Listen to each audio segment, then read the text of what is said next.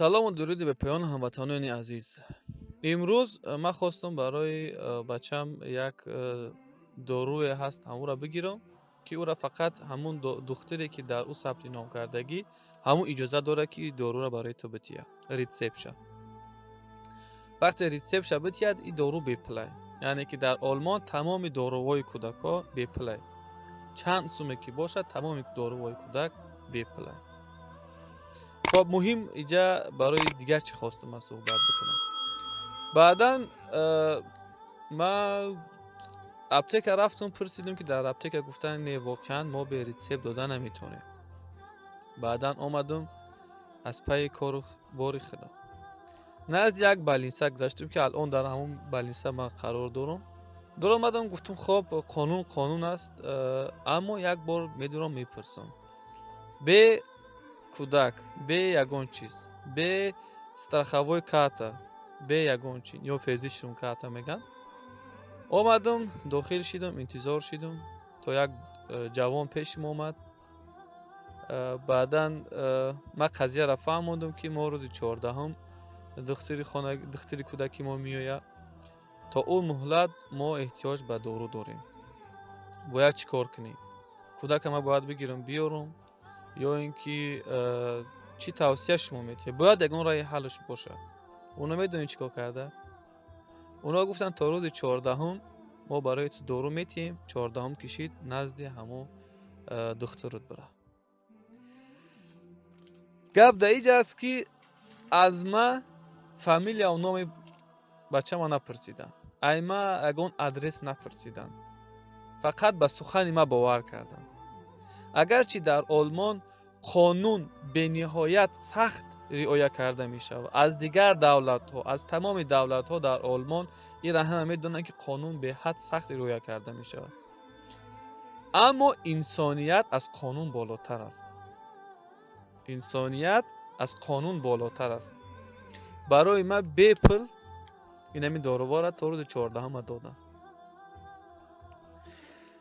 ببینین این دارو شاید که 25 یورو باشه، 30 یورو باشه، اما ما اینقدر خرسان شدیم که ما را از یک پرابلم خلاص کردن. بعداً چی خیل که به یک چیز برای ما نشان دادن که انسانیت برای ما بالاتر است. این گواهی از اون میتیه که حکومت برای مردم کار میکنه. قطعی مردم است. این است که مردم دوستشان میدارن. ملت حکومت دوست میدارن. اگر مشکلش بشوه از حکومت نمیگریزه، نزدش میروه تا حکومت وظیفه خودش اجرا کنه. خب اگر تصور کنیم ما اگر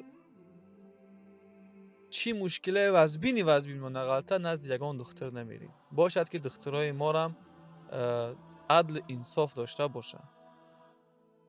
ببینی وقتی که ما مشکل سلامتی داشته باشیم در حال نزد دکترها میاییم، برای ما خیلی کمک میکنن.